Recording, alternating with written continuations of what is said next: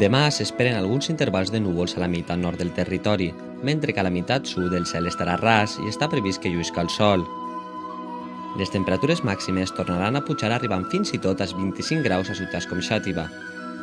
El vent bufarà moderat de ponent i un poc més fort a les comarques del nord.